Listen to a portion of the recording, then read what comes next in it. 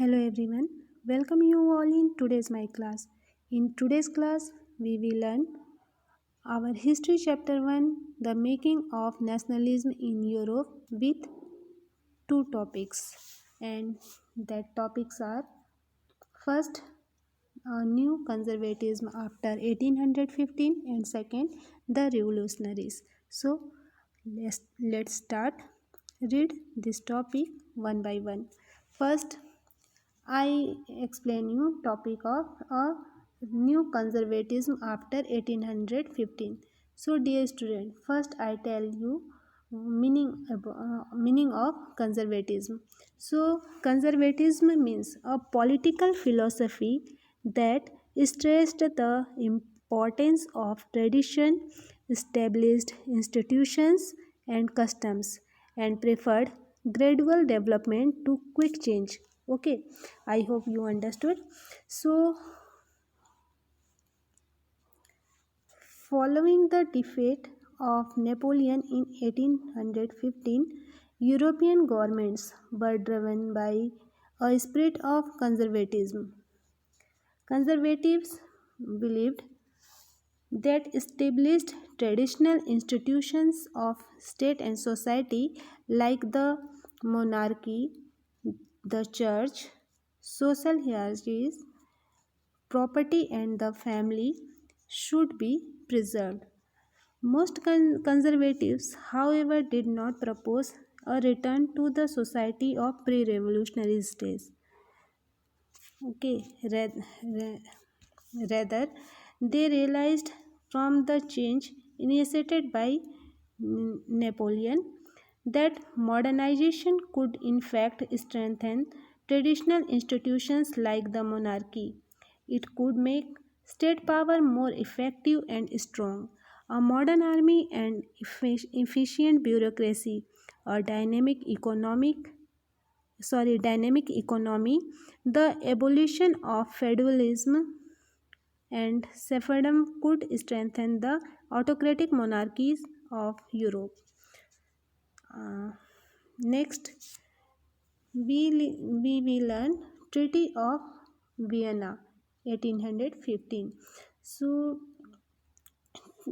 about learn Treaty of Vienna. First, I tell you in 1815, representatives of the European powers like Britain, Russia, Prussia, and Austria, who had collectively defeated Napoleon. So here make a question: who had defeated Napoleon? So answer is the European powers like Britain, Russia, Prussia, and Austria collectively defeated Napoleon.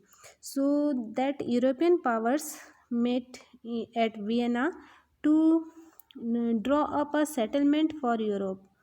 Okay, means all European powers means Britain, Russia, Prussia, and Austria um, met at Vienna to draw up settlement for Europe, and the Congress was hosted by the Austrian Chancellor Duke Metternich.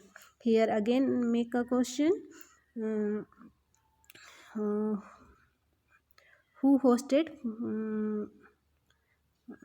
who hosted Congress? The answer is the Congress was hosted by the Austrian Chancellor Duke Metternich. And again, who is Duke Metternich? So Duke Metternich was a Austrian Chancellor. So the delegates drew up the Treaty of Vienna of 1815 with the object of updoing most of the changes that had come about in Europe during the Napoleonic War. The Bourbon dynasty was restored to power in France.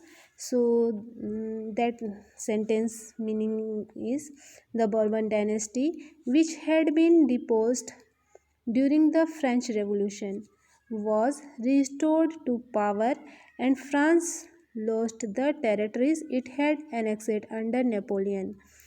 a series of states created on the French boundary for preventing French expansion in future. So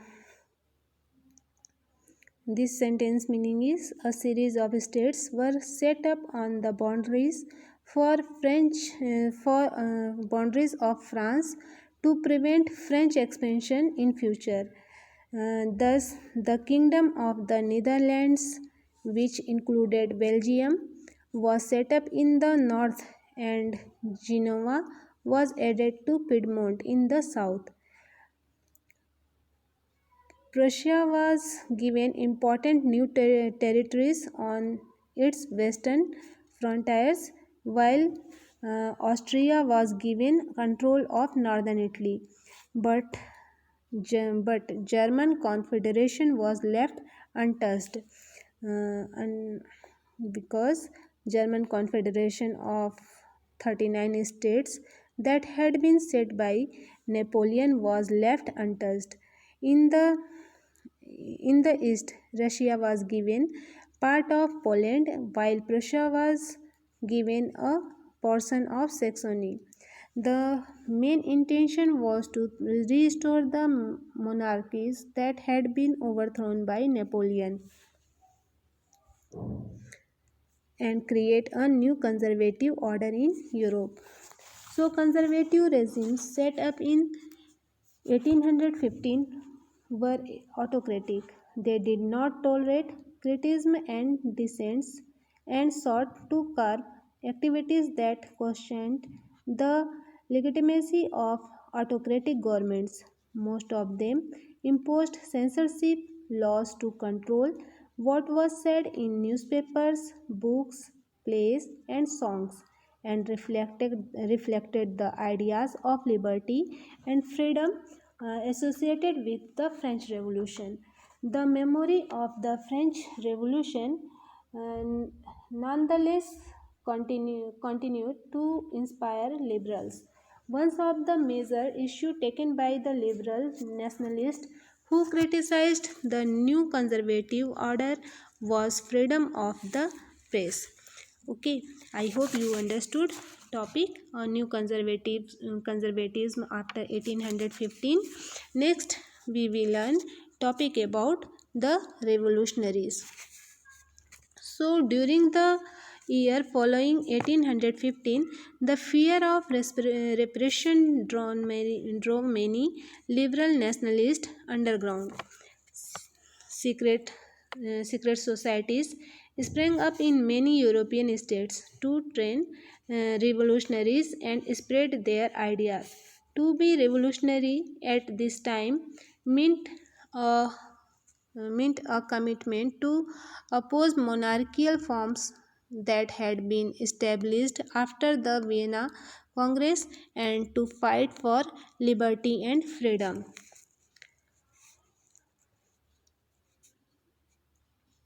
Most of these revolutionaries also saw the creation of nation states as a necessary part of this struggle for freedom. So, this sentence meaning a commitment to oppose monarchical forms that had been established after the Vienna Congress and to fight for liberty and freedom. Most of these revolutionaries also saw the creation of nation states as a necessary part of this struggle for freedom. Next, most important person we will about learn who are Giuseppe Mazzini. So Giuseppe Mazzini, one such individual was the Italian revolutionary. So he born in Genoa in 1807. He became a member of the secret society of Carbonari, and as a young man of 24, he was sent into exile in 1831 for attempting a revolution in Liguria. He subsequently founded Young Italy in Marseille and to and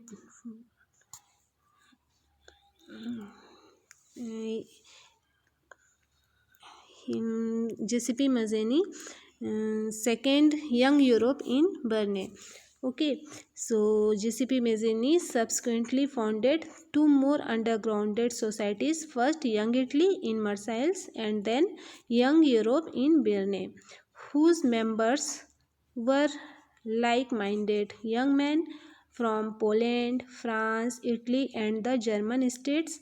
Mazzini believed in the unification of Italy into a republic, and he believed that God had intended nations to be the natural units of mankind, so Italy could not continue to be a patchwork of small states and kingdoms. He had it had to be forged into a single unified republic within a wider alliances of nations. This unification alone could be the basis of Italian liberty. Following his model, secret societies were set up in Germany, France, Switzerland, and Poland. Mazzini relentless opposition to monarchy and his vision of democratic republics frightened the conservatives. Metternich described him as the most dangerous enemy of our social order. Okay, so I hope you remember who was Metternich. So Metternich, I again repeat, Metternich was a Austrian chancellor. So, dear students, today topic is better understood for you, so that there is an animation video ahead of you. All of you will watch this video carefully.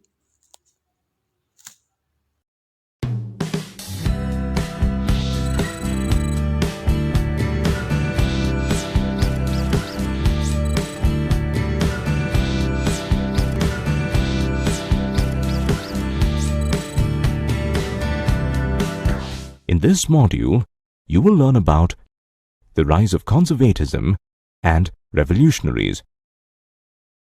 You have read earlier that during the 19th century, the upcoming middle class had tasted the ideas of liberalism. Liberalism was used by them as a tool to end aristocracy and clerical privileges. Another crucial event of this time was the defeat of Napoleon Bonaparte at Waterloo in 1815. This steered the European governments towards adopting the idea of conservatism. Let us understand the term conservatism. It was a political philosophy that steered the importance of tradition, established institutions and customs, and preferred gradual development rather than quick change. The conservatives believed that established traditional institutions of state and society, like monarchy, church, social hierarchies, property and family, must be protected and preserved. At the same time, they did not propose a return to the pre-revolutionary period.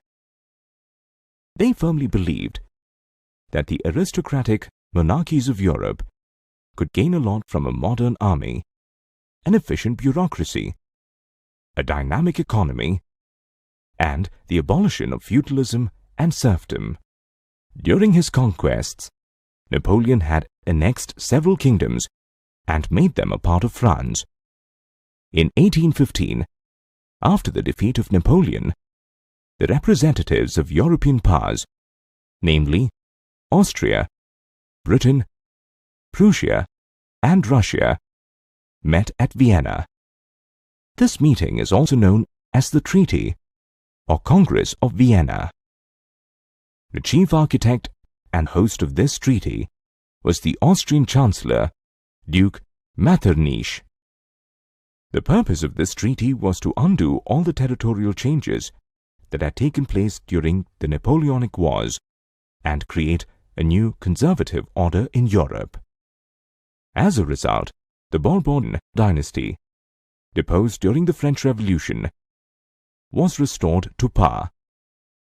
This was just